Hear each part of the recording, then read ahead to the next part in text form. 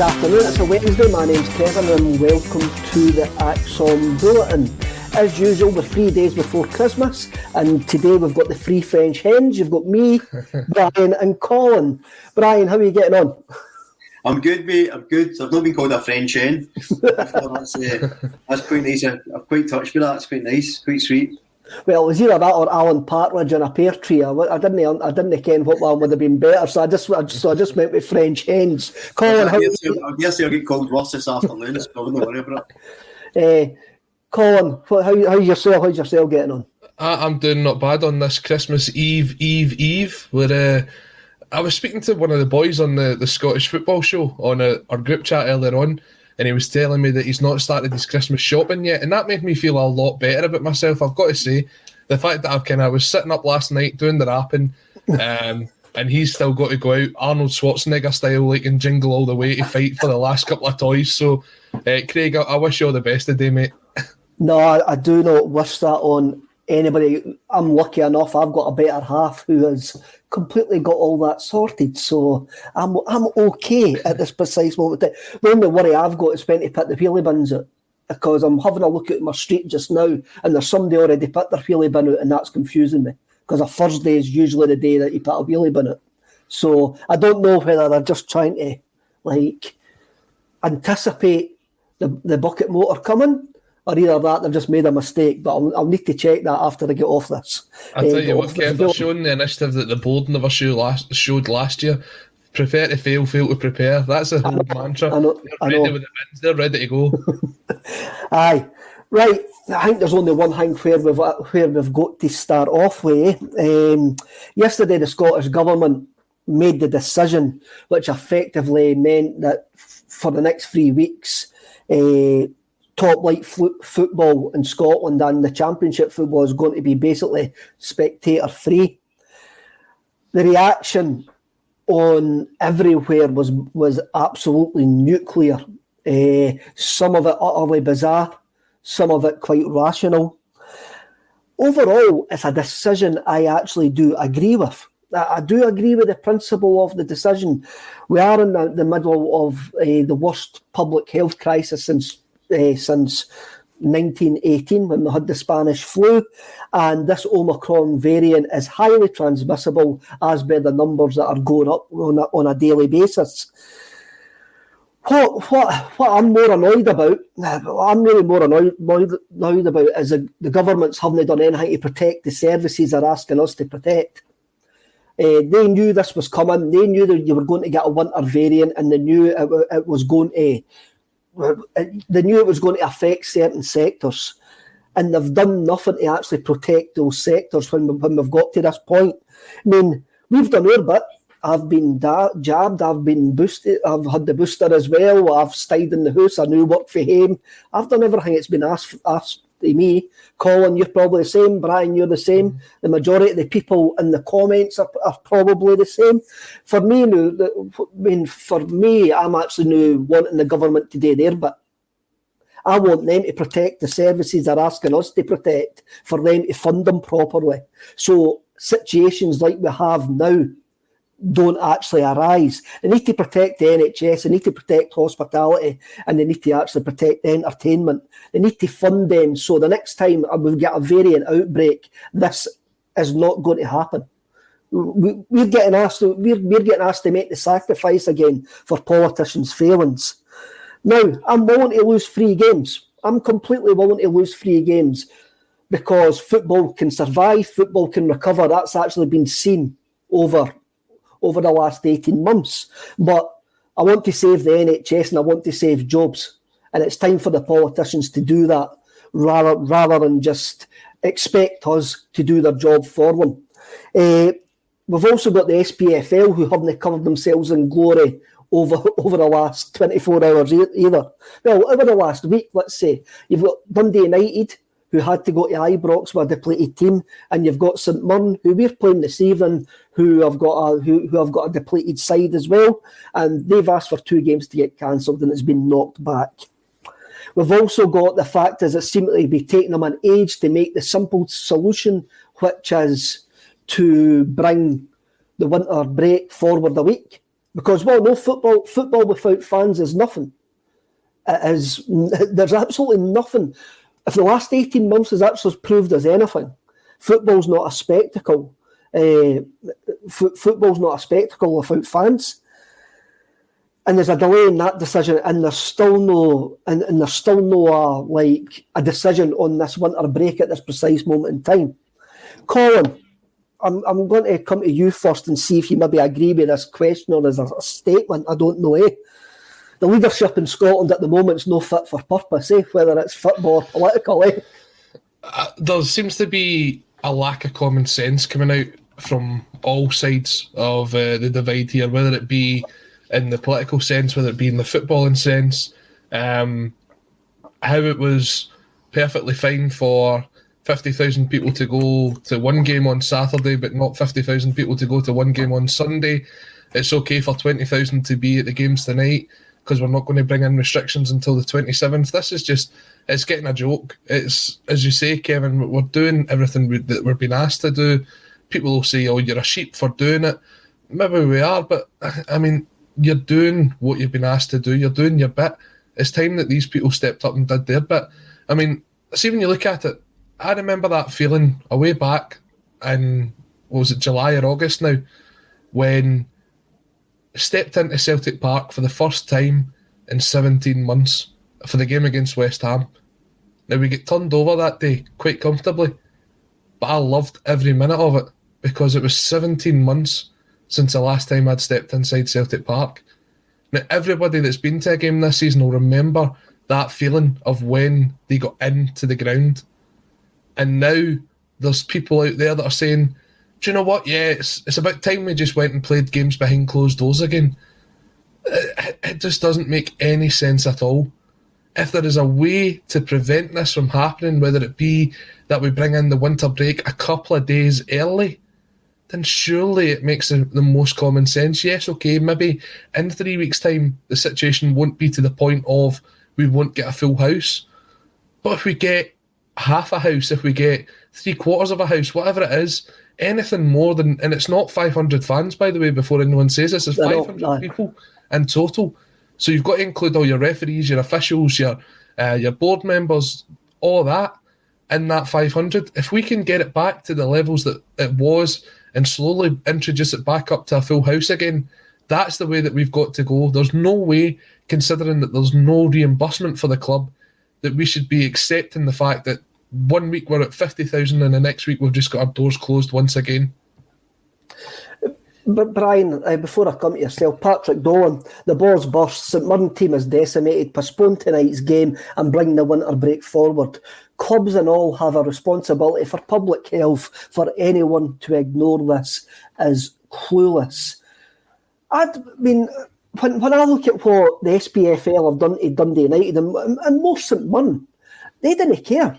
They're not showing a duty of care to one of their member clubs, in my opinion. I think you're spot on. So a bunch of stuff to unpack here. I will not take too long. Between Holyrood, Westminster and the SPFL, we're living in a common sense vacuum. It's just, there's nothing there. The handling of the pandemic's been shambolic, both in a public service way and in terms of football. But I'll leave it at that because I could spend the next 50 minutes getting myself around up with the government. I won't do it. I won't bore everyone. And if you do want to listen to that chat, then we've got the state of politics with Declan McConville and state of politics. Listen, I would be in a state. I would be. I've just got a message for Declan to say this is not the state of politics, Kevin. Move on. I'll keep my mouth shut now, kids. But in terms of the Patrick's comment, I think he's spot on about tonight's game. The reason being, if St Mirren are decimated because of a COVID outbreak, it doesn't make a lot of sense to me to travel to their ground and play them. Whether they've got a weekend squad, a full squad, well, it seems bizarre that we're saying we're going to have a break, we're going to restrict fans, but you don't worry about it today. COVID's going to affect you today, but in a couple of days' time, can I do it? It's silly to me. And with regards to the 500 people thing, that's tokenism. And it's a shambles, it's a weird gesture. I mean, that's less than 1% of the capacity of Parkhead. Which was the point? It makes the complete sense to just extend. So the winter break's usually 4th of January to the 20th, I believe. So just extend it a week and then bring it forward and then just keep it to the 20th of January and go again. It's only a week you're missing. And it gives everyone a chance to sort of reset. What I would say though is, if we're going to have a break of football for a few weeks in terms of, people's health and organisation, they've got to do something while people are locked away. They can't just lock away for a couple of weeks and then come back and this happens again. For the past 18 months, we've been sort of locked away and then some restrictions and then no restrictions and it happens again. Nothing's changing behind the scenes, so there's going to be fundamental changes, but I say the last point on it is it's a total common sense approach. Why any club would want to play in front of no fans is beyond me. And it doesn't matter if they've got a sporting advantage or not, or whatever excuse they want to make, or why on earth you would want to play your football in front of no fans or very little fans. It's baffling to me. SPFL have got to take the decision to bring this winter break forward. They've got to. It's insanity to not do it. So we'll just need to wait and see, but we'll be able to get back talking about football and after politics, but I just think common sense is something that's been lacking for several years, but now it's the time to use it appropriately, surely. It should be, Colin, the 500 figure is just a figure. I think Jason Leach, Airdrie fan Jason Leach was on Radio Scotland this morning and actually says that it was just basically like a figure that they came up with because they've got to draw a line somewhere. But it wouldn't have mattered, the figure. It wouldn't have mattered if it was 10,500.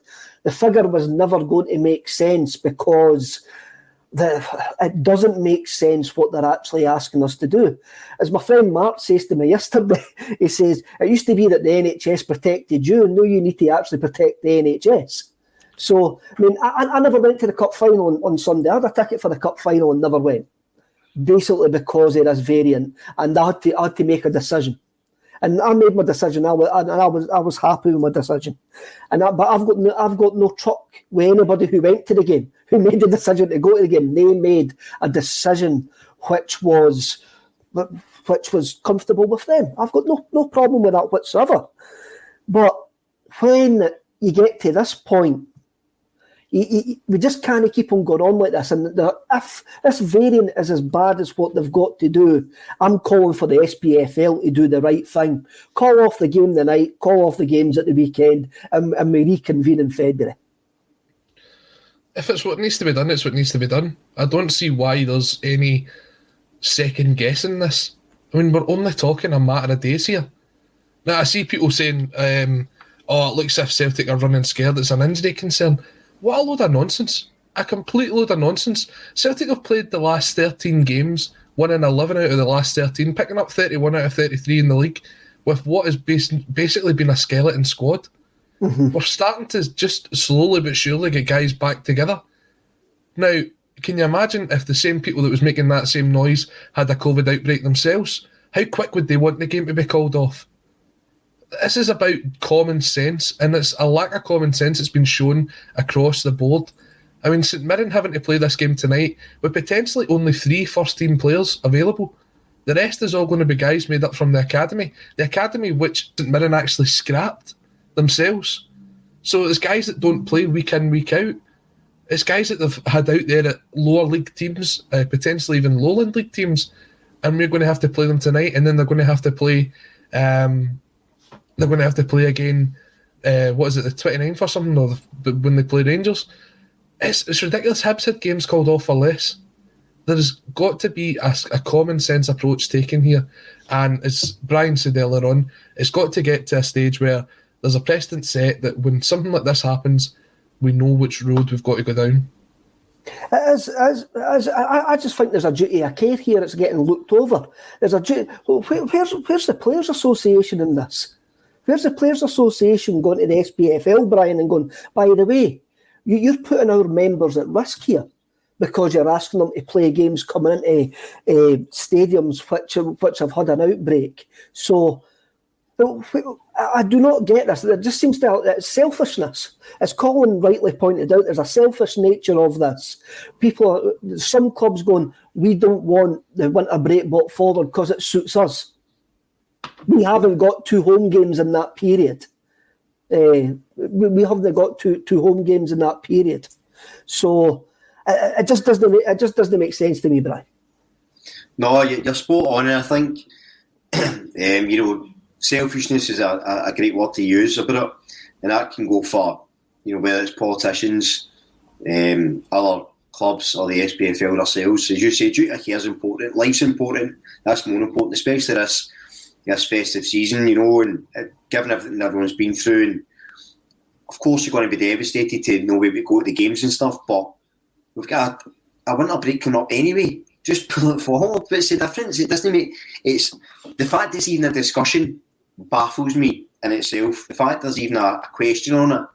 It's just listen. Let's hope the common sense prevails. But I'm not going to hold my breath. As it stands, though, Kev, the game is going ahead, and I guess it's something that we do need to look forward to, and we do have to get back onto the who we think will start the game tonight. We will do. We'll kind of wrap this up. Joe Porter comes in. Where was the duty of care playing their cup final? No, that was the day with money. That was the day with 50,000 fans in the stadium, and the Scottish Government no giving them any money to cancel it. And Danielle Farley comes in. Agree, Colin. What if Celtic players went to St Mirren, got COVID and went home and gave it to their family? Now, that is something Celtic have got to consider, Colin, ain't it? Absolutely. Every team's got a duty of care for their own players, their own staff. And we saw how quick it was down south last week when games get called off.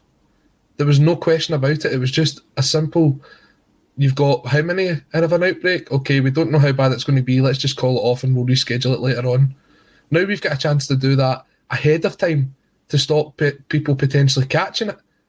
And we're going, nah, man, we'll just play behind closed doors. It'll be a laugh. Sky will give us money.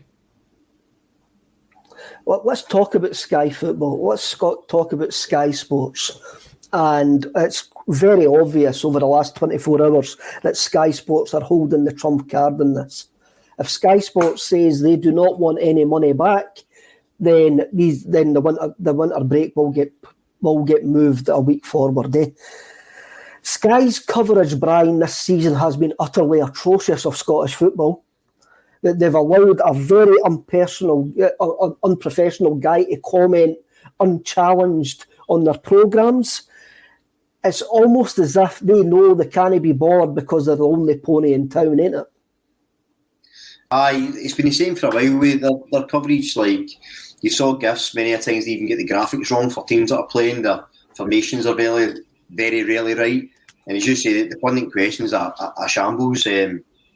Although given Cragen's some of his comments over the past couple of games in Ross County in the League Cup, that pundit question, no, the only one. So he's having an audition. Football's still been about fans and about players and about people. It's about the money now, and the fact that Sky lets Rouge McDuck just deciding what to filter down and give and control it. Sadly, it's a situation that's not going to change anytime soon. It'd be interesting to see. I think the Aberdeen chairman headed up that sort of independent inquiry to try and find more funding, didn't he?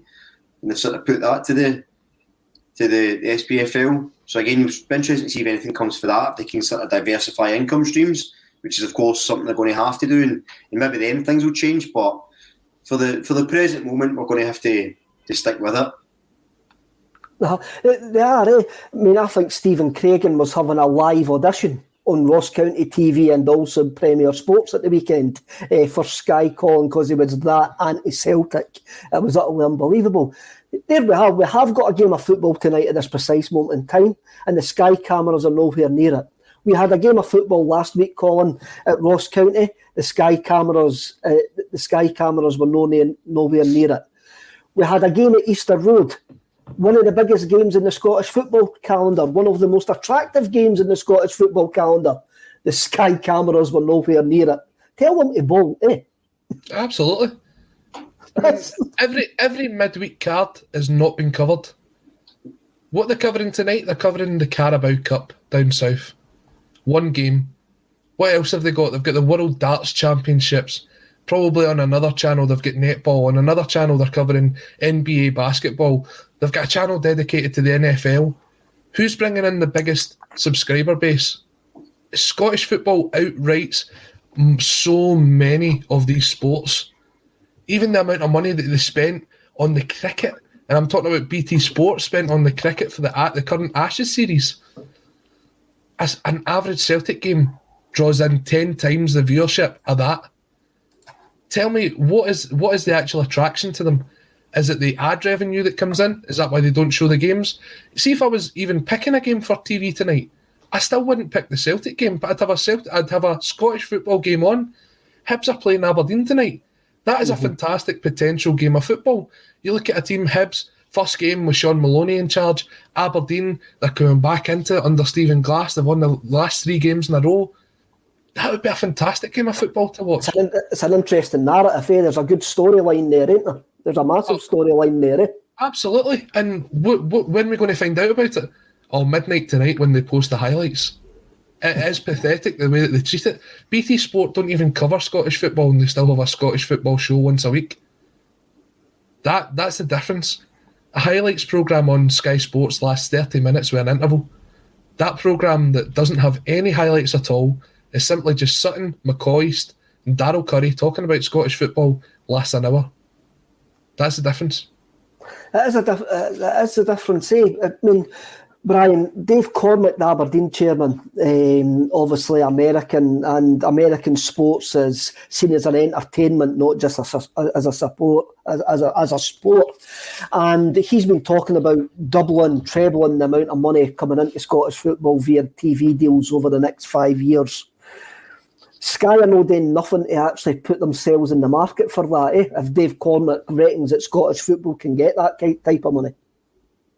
No, and as I said, any other avenue to increase the game in Scotland, the Scotland's profile is key. I mean, we're talking about Sky. BBC's coverage of the Scottish game isn't great either, let's be honest. I mean, the sports scene is it was rubbish, isn't it? 3 minutes of a game and some outrageous takes. So Scottish football, even within Scotland, isn't it? Treated that way with some of the broadcasters. So there's a lot need changing.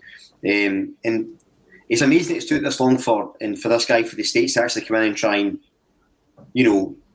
galvanise it and get something. And I just hope that, as I say, there's other income streams come in and it can improve, because I think we've got a good product. I think, I live in England now, and a lot of the football fans where I am, they prefer the low leagues in England because it's like proper football. And Scottish football is like that. I think Scottish football is, it's madness sometimes at times. It can be really funny. There's decent games, there's drama, and there's a lot to market there, and it's kind of different from a lot of other leagues. So we've got so much to promote and to sell ourselves, and we just don't. And again, might come back to the SPFL and their sort of negligence over the years to really be bothered. They seem to be quite content with whatever scrap Sky give. They don't really want to fight for it or challenge it. So basically, it comes back. Basically, the whole point of the first 23 minutes is the SPFL are rotten. Here's the thing, Kev, right? So, on average, it's an £18 million a year contract that Scottish football's got for the TV rights from Sky.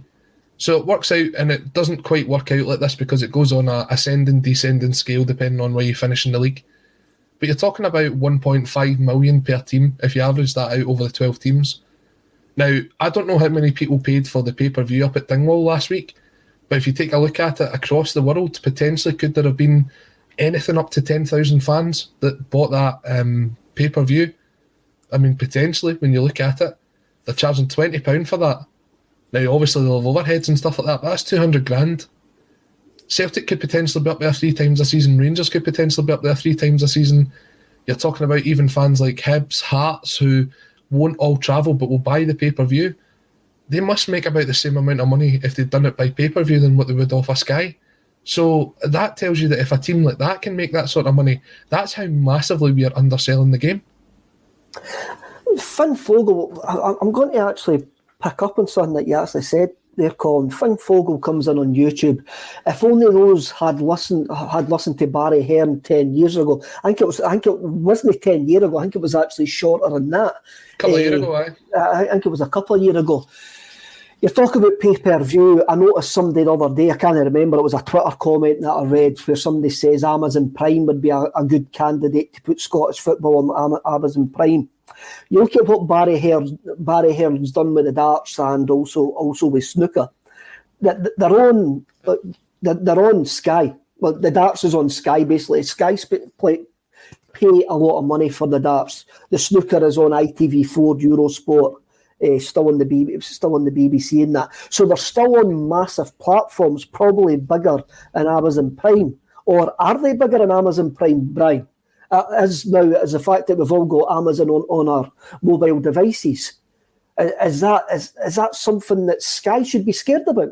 That we can go to these companies now. Now, I don't know how personally you're going to sell Martindale Ball to subscribers.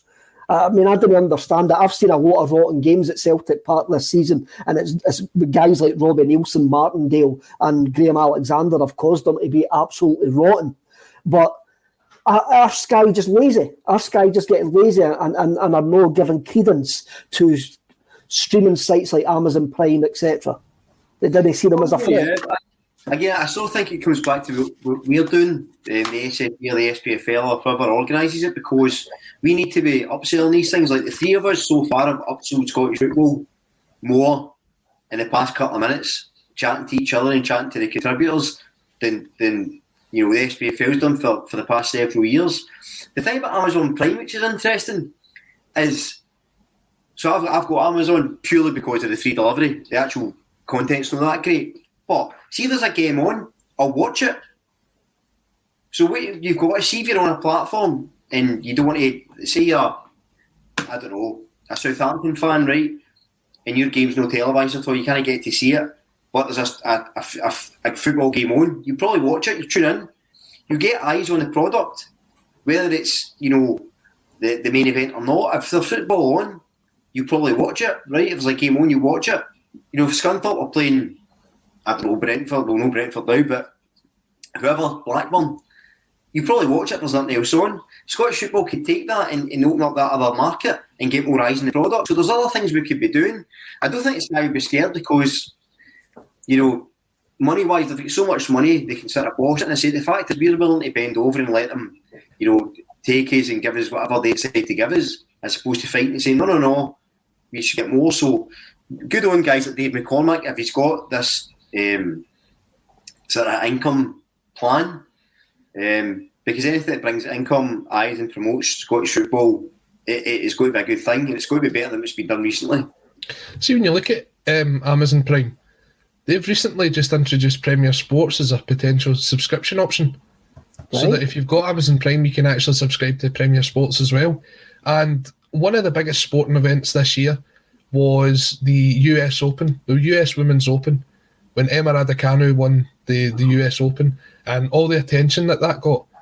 Channel 4 themselves had to pay something in the region of £2 million to Amazon Prime to show that game on Channel 4, because there was that much attention that people wanted to actually not have to pay the £8, but to watch it on free-to-air TV, and Sky paid the money for it. Channel 4 paid the money for it. I guarantee you, when it comes to the likes of if the SPFL were to start negotiating a deal with Premier Sports, with Amazon Prime, then it would suddenly be a case of Sky going, well, actually, we'll pay an extra X amount to be able to show the games between Celtic and Rangers as well, because that's all they're interested in Scottish football. If Scottish football didn't have Celtic and Rangers, there was no chance Sky would offer any sort of money for a TV deal. It's all about the big games. That's all they're interested in. And if Scottish football can kind of put that to the one side and just say, look, instead of doing that, we're just going to take the gamble on our own, we're going to go with someone like Amazon Prime, then I think in the long term they'll find the benefits of it. Scott Howe comes in and he agrees with you here, Colin. £7 a month, would love Amazon to get the SPL rights. I've got a feeling that somebody looking at Scottish football with new eyes would actually tart up the product. And if you went to Amazon Prime, you would get a load of extra creative programmes. Whereas tonight you could maybe have a game choice or something like that. If you wanted to watch Aberdeen Hibs or the Celtic game, there'd be a game choice. I just think the SPFL's lazy. I think they're absolutely lazy in avenues that they actually look to promote the Scottish game. And they're actually, I mean, it's an entertainment, Brian, isn't it? We spend, even though there's an emotional attachment, hand on heart, the English Premier League's an entertainment to the millions and millions of people that watch it all over the world. And yes, your team is actually playing in certain games, but still, if you're watching Aberdeen Hibs, you would be watching Aberdeen Hibs tonight if Celtic weren't playing, for example, if it was getting shown anywhere. You're watching it to be entertained. And I think that's sometimes really, really forgotten by the SPFL and the people who run the football clubs. They're actually in the entertainment business. It's about how it's presented and the sort of showmanship around it, and it's the bare minimum at the moment, isn't it? So yeah, I think you're spot on. We need to just get a bit more flair and a bit more sort of eyes in the product and try and, as you say, tart it up like three French hens. Announce ACSOM TV. Love that. I don't think anybody's going to subscribe to my jargon right enough, but we never know. No, still be cheap on Sky Sports. Hey, we are going to be here this evening for the pre-match, half-time and post-match, so we do actually do some TV content. So yes, ACSOM TV, we've got State of Mind TV as well. Let's talk about the game tonight, because at this precise moment at 2 minutes past 1 on a Wednesday afternoon, the game is still going ahead, and the manager and the players were getting prepared for this game. When I was thinking about the team for tonight, Colin, the two changes I was probably having a look at it were at full-back, was Ralston and Scales coming in from the team that played at the Cup final at the weekend. Would you be against that? No, probably wouldn't. I think Ralston certainly has came on to a game over the last couple of weeks, and Juranovic probably looks like someone that could be doing with a bit of a rest. So I would say Ralston to come in there. Obviously, you've got to remember Starfelt's suspended for this game tonight, so we'll see the reintroduction most likely of Stephen Welsh at centre-half as well. So maybe in that sense, Ange will maybe not go with the full kind of range of inexperienced options. He may stick with Greg Taylor for that, or perhaps we'll see Juranovic on the left-hand side.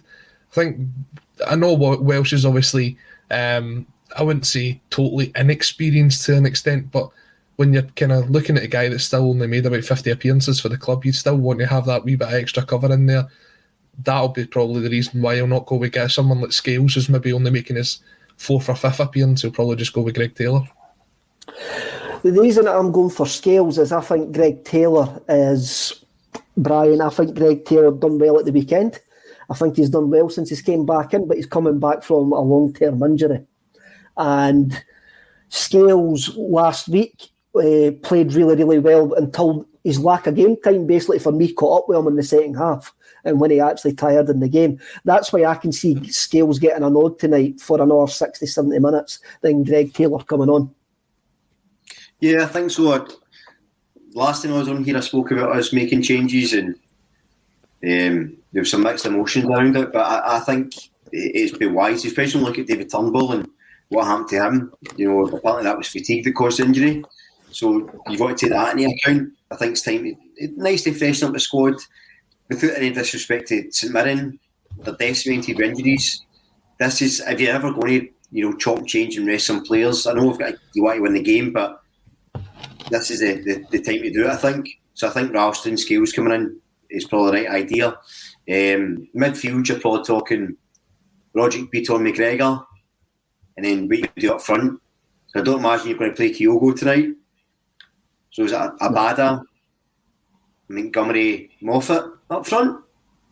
I think that would be enough, and that's a good enough team to beat St Mirren, especially if they play St Mirren side. And that's no arrogance on my part. I just think if you're at Celtic, you're a squad player and you can't step in and beat these teams and compete, you shouldn't be there. And I suspect, Kyogo definitely won't play. And I think he's right about resting the fullbacks just because Taylor's coming back for injury and Juranovic, could do with rest. Plus, Ralston, there's no risk with him playing.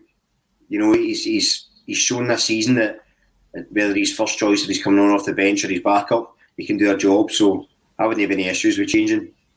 I would say Saturday gives you a kind of an air of caution ahead of making changes. You took a look at what Dundee United managed to do at Ibrox with a very depleted squad as well, and you just see that when youngsters get that chance, how much they can potentially step up there and cause Celtic a bit of problems. So for me, I would be reluctant to make wholesale changes tonight. I think you've got to try and keep it as sort of synchronised as possible. Obviously, there'll be the change in the midfield with Turnbull coming off injured at the weekend. I think Mikey Johnson will probably start tonight. I don't think he had the best cup final, but I do think Ange is someone who believes in Mikey Johnson. I think you've sort of seen that at the end of the game on Sunday. He was one of the first ones over to him and was kind of congratulating him and telling him that he was doing well.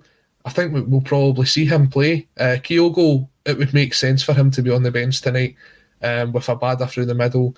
It's just that kind of right-hand side. If you're going to make the sort of one sort of from the left field introduction for tonight's game, then I think it's worth giving Owen Moffat a shot tonight. I think in the sub-appearances that he's made so far, he's been fairly decent. I thought he played well in the cup final when he came on.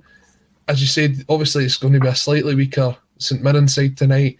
But even if it was a full strength team, I would still be thinking, do you know what? This is maybe the game to give him 60 minutes just to see what he can do. His own Moffat's an interesting one. So's Mikey Johnson, Brian. I think Mikey Johnson did a lot of good things on Sunday. And it was the first time I've seen him getting double teamed and managed to actually get into the box and commit men and go past men for a number of weeks. But he just never got his final ball. The final ball just wasn't there.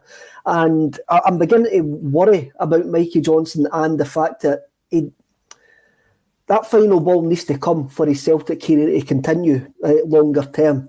And it's interesting that what Colin actually says, that at the final whistle, Ange Postecoglou was across and he looks like he believes in him and stuff like that. But I remember, and I'm not comparing these two players whatsoever, Brian. Look, Aidan McGeady was one of the most natural talents I had seen coming out of the Celtic Academy. And after his 4 or 5 seasons in the Celtic first team, I was saying he needs to leave Scottish football and go to a better standard of league to improve his final ball. He had a final ball at Celtic, but he just didn't get it right 50% of the time. I said he needs to go to a better league for him to actually progress to where his talent should be, to see where his talent should be taking him. And I kind of see Mikey Johnson in a completely the same but different. Mikey Johnson has got to find his final ball at Celtic, because I reckon he has got enough natural talent. If that final ball comes, he could actually be a decent player for us. But that needs to come. The final ball needs to come. I don't think Aidan McGeady was the player that he should have been, because that final ball never came. You can have all the talent in the world. You can be a baller. You can have all the tricks and flicks. If that final ball doesn't come, then you're just a show pony, ain't you? Yeah, I've compared Mikey Johnson to Gary Mackay-Steven a lot. I remember when we signed Mackay-Steven, I thought we'd a player.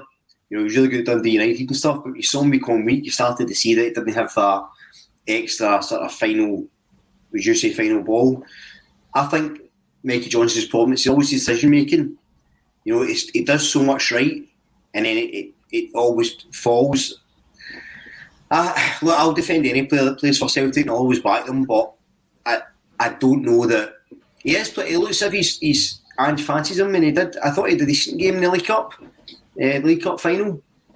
But again, you start to wonder how long he gets before this final ball comes up. He's. Abada gets a lot of grief, and he's like nearly 3 years younger than him.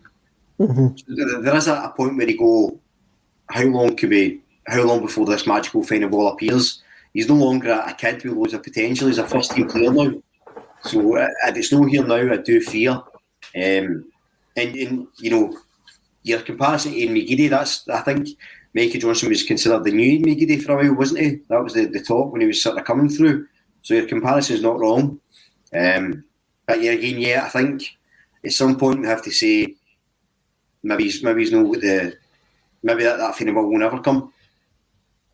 Well, let's have let's put a different spin on it, Colin. You look at Kyogo. He had a natural instinct how to finish in the cup final, and he's proved that he's got a natural instinct.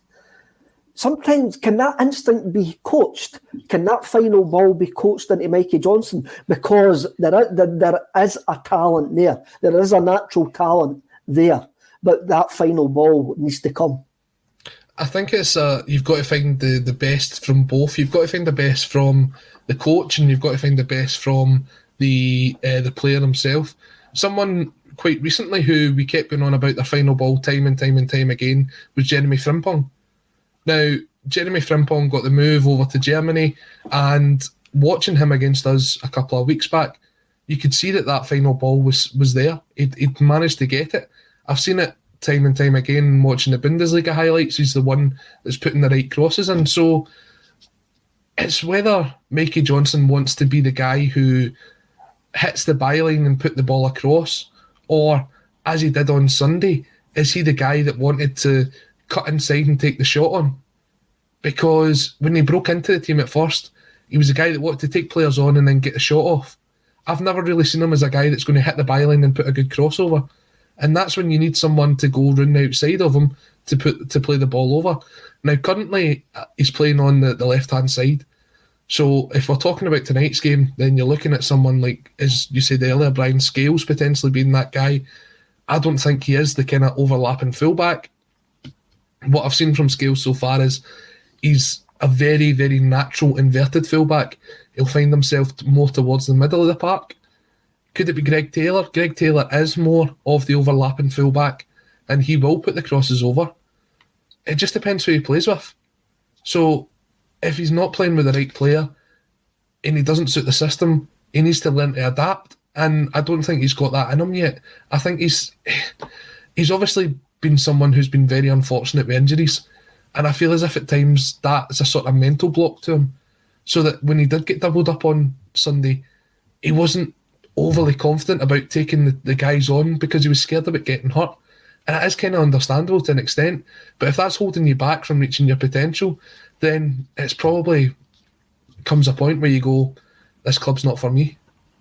Jerry D, Brian, Johnson still plays like a wee boy. He's not maturing. Maturing's a decent word here, when we're describing Mikey Johnson. The football intelligence is doesn't seem to be maturing with Mikey Johnson, and he's maybe a bit behind where we would expect a player of his age to be because of the number of injuries that he's had.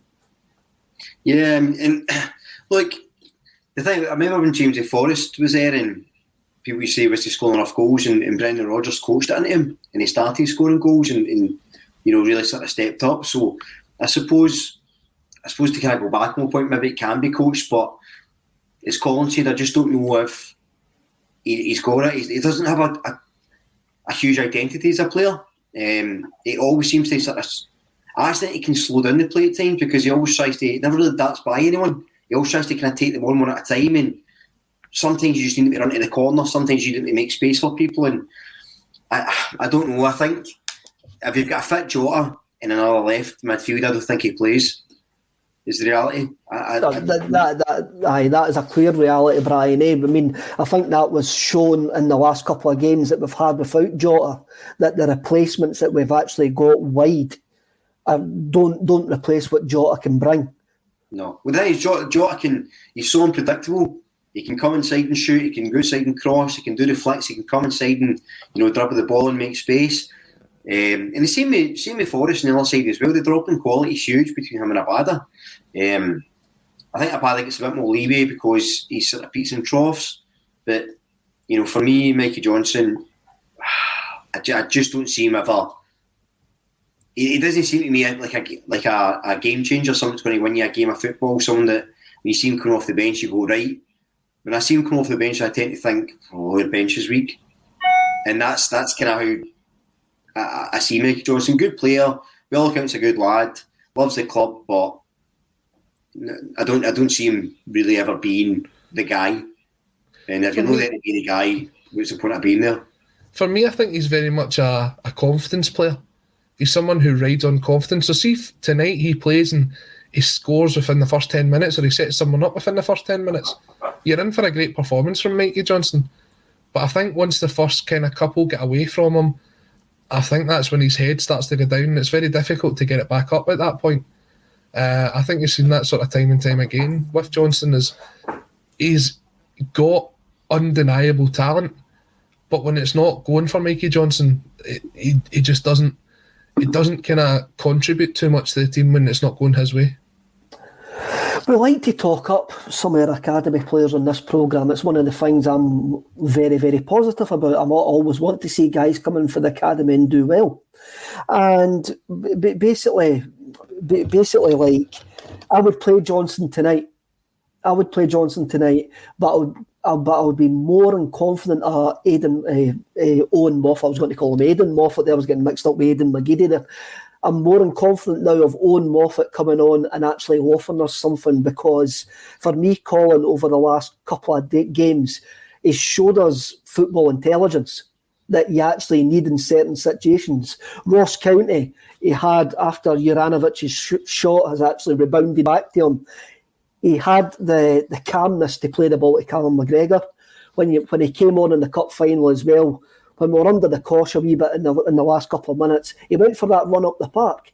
Mm-hmm. And he knew just to run to the touchline and turn in, waste a bit of time. And for a guy who's playing B-team football against part-time guys in the Lowland League, I was highly impressed with that. I'm not going to lie. Definitely, and he's been a star for that team so far this season. Sorry to kind of change the topic here. I've just been sent some news that Scottish Premiership clubs have been asked to vote on whether the winter break should be introduced early. There's three options. One is to continue as normal. One is to start the break after Boxing Day, or the third one is to start the break after Sunday's game. The teams have until 5 p.m. today to put their expression of which they would rather they want to do. So they have until 5 o'clock today to decide whether we should take the break early. So that's just breaking in the last half hour or so. Can we ask live on this programme that Dundee check their spam folder, please? I think it's the SPFL that need to check it. Dundee just need to make sure they're sending it to the right address. It does say here that should option 2 be taken, a return to play would take place in the week beginning Monday the 17th of January, and there would be midweek fixtures to make up for the postponement of the round of games. Dundee United have already voted to say that they were in favour of it. I think Celtic will be in favour of it as well. I think the majority of the top flight clubs will be in favour of it, and also the majority of the championship clubs as well. Some of the clubs lower down the league. I mean, what we're actually talking about here is the clubs lower down the league, Brian, they're part-time players. So they've got to juggle a day job and playing football. And they're depending on their employment, they're exposing themselves like possibly twice. So what's your gut feeling? Are we going to play on Boxing Day? I suspect we'll probably play on Boxing Day, but I think the vote in favour are pulling the break forward. If only just to avoid low league players exposing themselves, as you say, Kev, because nobody needs to see that. But no, seriously, I think common sense quite prevails this theme of the show, and option 2 seems a sensible one, doesn't it? I've done the right ready to vote for it. I think we'll follow, and I say there'll probably be 2 teams that for some reason won't, but I think it'll go to pass, and it makes sense. It's the most obvious, simple solution. It's got to happen. Colin, Scottish football didn't do any simple solutions, do they? No, as soon as I heard Brian saying that, I was like, how long have you been watching Scottish football, mate? The most obvious decisions, we don't make them. What did I say? No, look, I think when you look at it, it will be, it'll probably be one of the two latter scenarios. I don't think we'll carry on into the new year. I do think we'll get one of the games, maybe the Boxing Day game, and that'll be us. Because as far as I'm aware, is there no restrictions on Boxing Day? Is it? No, there is. The restrictions start on Boxing Day. Now, it's difficult to keep up with that because there's no home restrictions, there's no pub restrictions on those days, but there is at the football. It's difficult to understand the rules. It's almost like they've not thought it through, Colin. It's almost like they don't know what they're doing. It's almost like there's no common sense. It's almost. Oh man! I mean, I'm thinking from a St Johnstone point of view here. It's Boxing Day. Their hospitality would have been sold out. It would have been stowed. They were probably looking at one of the best hospitality days of the year, and now that's just been completely kiboshed. So I would probably say St Johnstone wouldn't want that game to go ahead because it's probably not worth their while money-wise actually doing it. No, unless they call it as a wedding and they can have as many people at it as they want. Who knows? Like, the rules they're daft, but they've been implemented, and I think the way that Scottish football's adapting to it is the first sign that perhaps there is a bit of common sense in the game.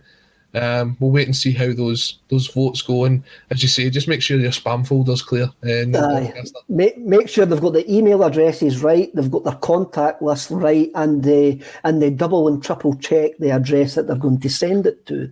JP comes in with other breaking news. Seeing there's a force auction, it was apparently Rangers. Let's get back to Owen Moffat.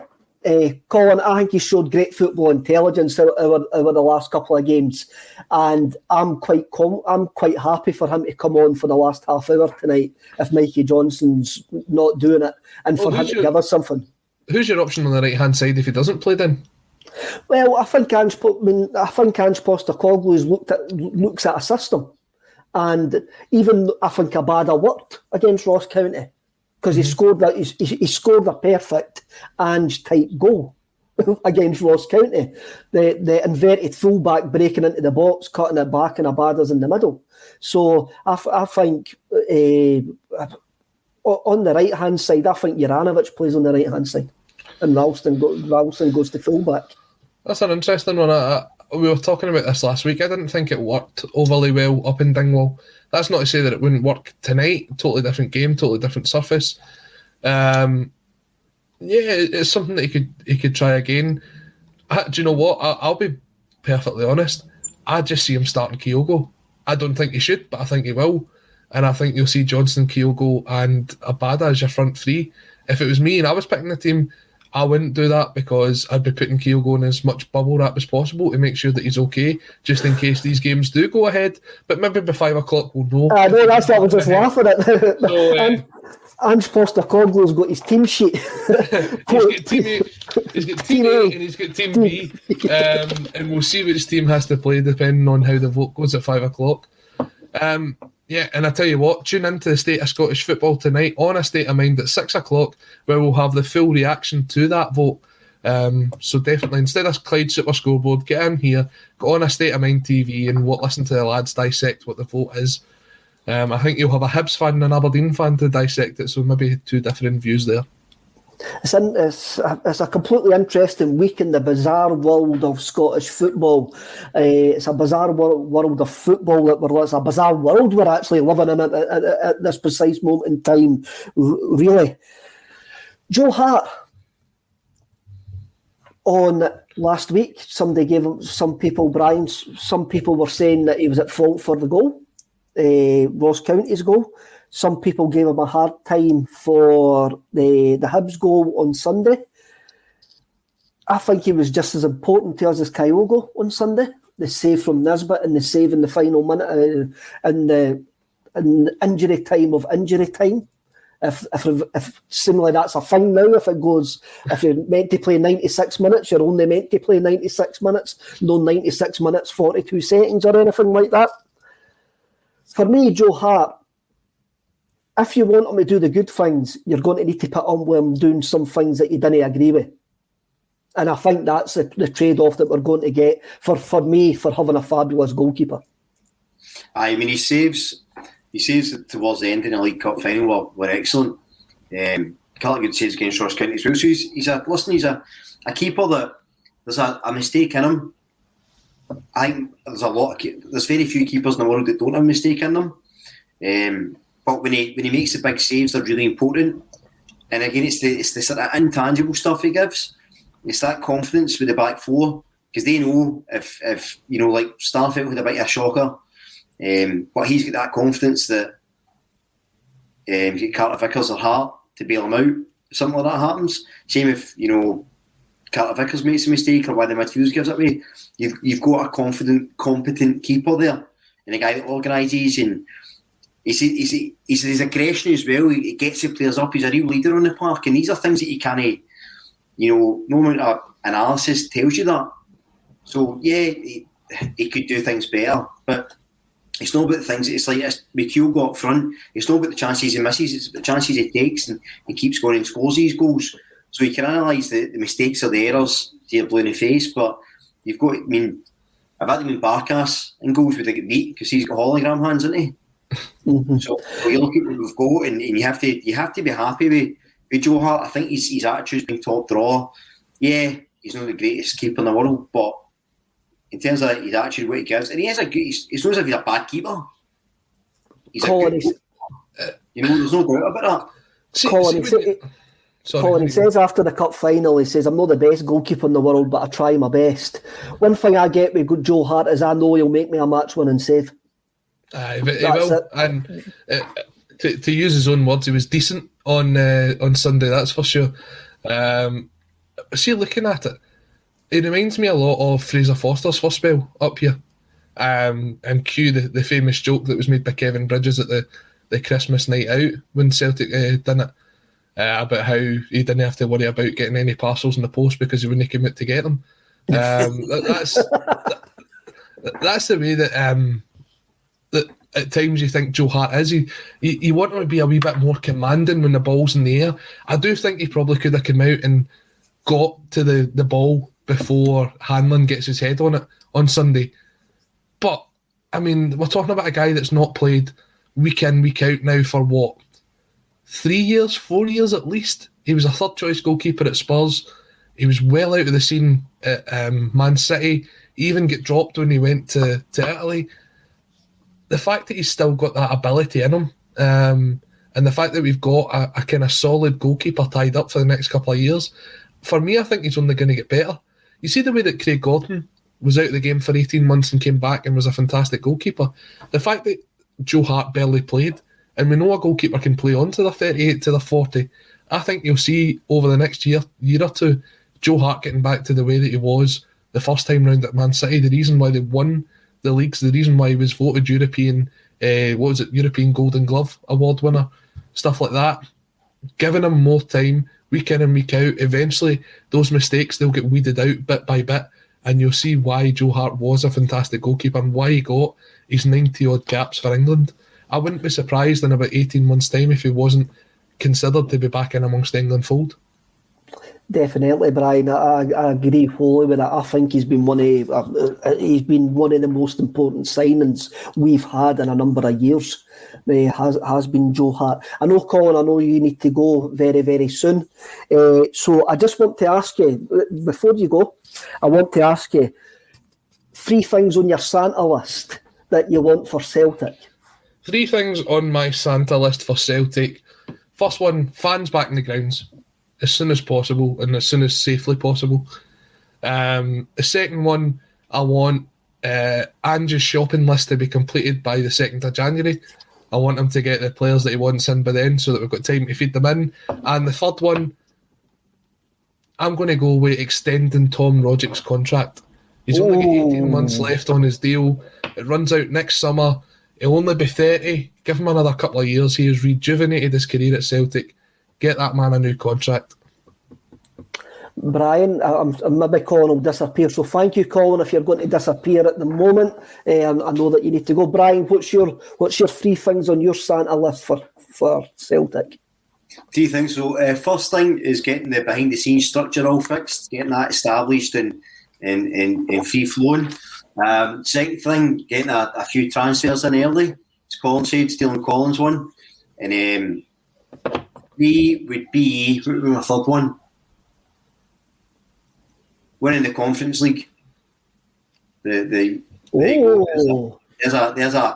present. I've been a good boy this year, so Santa, if you're listening, get on it. That's a good one. A wee ACSOM, Wednesday ACSOM day out to Albania. We'll get Degning to sort it out with the president of Albania, and we'll get there and have a great weekend. On my Santa list is a bigger standing section. I'd like to see behind the goals a whole standing section. No tickets any dearer than £20, and certain members of the board to retire quietly and disappear. Well, I hope Santa has everybody who's contributing to today's show on his Christmas nice list. As always, it's been a pleasure bringing you a Celtic State of Mind this year. I do have to go, as Kevin says, but if I don't see everyone in the comment section who's been commenting today, before then, I hope you all have a very safe and very Merry Christmas. Take care. Thank you. Everybody else, for me and Brian, I'm sure Brian's going to actually finger this, but a couple of days before Christmas, no matter your thoughts, do whatever you feel right is for you and your family. I hope you have a Merry Christmas, and we'll maybe be back next week with some football to talk about. We might not have football to talk about. We don't actually know, but what we will have some content. So thank you very much for commenting all year. Absolutely all year. You've been utterly brilliant to us all year. The success of the channel is all down to the viewers, the commenters, the watchers, the people who like our videos, the people who promote us on social media, the people who buy the merchandise and stuff like that. Everything's been brilliant. We're like one big family, and sometimes we'll have our own wee fallouts, but that's what families actually do, eh? So for me and Brian, just want to wish you all a Merry Christmas, and we'll see you next week when we'll maybe, don't know what we're going to talk about, Brian, but we'll find something in the world of Celtic. Hail, hail, everybody, and stay safe.